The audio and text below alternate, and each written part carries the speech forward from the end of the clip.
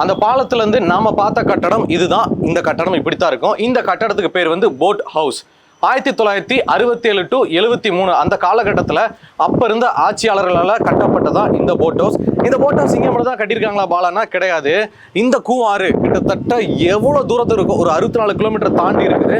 அவ்வளோ தூரம் வரைக்கும் அங்கங்கே இந்த போட் ஹவுஸ் அப்படின்றது இடது பக்கம் வலது பக்கம் மாறி மாறி கட்டியிருக்கிறாங்க.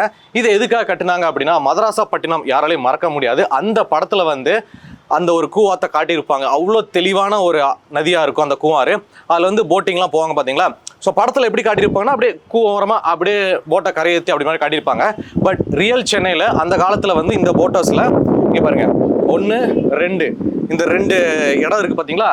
போட்டு அப்படியே வந்து இதுக்குள்ளே வந்து நிற்கும். இந்த பக்கம் ஒரு போட்டு இதுக்குள்ளே வந்து நிற்கும். இந்த கட்டடத்துக்கு நாங்கள் இருந்து இறங்கி வந்தேன் பார்த்தீங்களா, அந்த வழியாக தான் அந்த பகுதியிலேருந்து மக்கள் இறங்கி வருவாங்க. அப்படி கூட்டமாக இறங்கி வந்து எந்த ரூட்டு போனோம், இந்த ரூட்டு போகிறதுக்கும் இங்கே ஏறிடுவாங்க. இடம் இருக்கானே நான் கொஞ்சம் ஏறிக்கிறேன் அப்படி சொல்லிட்டு இப்படி ஏறிப்பாங்க. இங்கே இருக்கிற போட்டில் சில பேர் இப்படி வந்து ஏறிப்பாங்க. ஸோ போட் ஹவுஸ் அது உங்களுக்கு நல்லா புரியும் நினைக்கிறேன். ஸோ அந்த மாதிரி போட்டுகள் வந்து இங்கே நின்று, படகுகள் வந்து நின்று ஆட்களை இந்த கூவாத்தில் அப்படியே கரையோரமாக பயணிக்கிறதுக்காக கட்டப்பட்டதான் இந்த போட் ஹவுஸ்.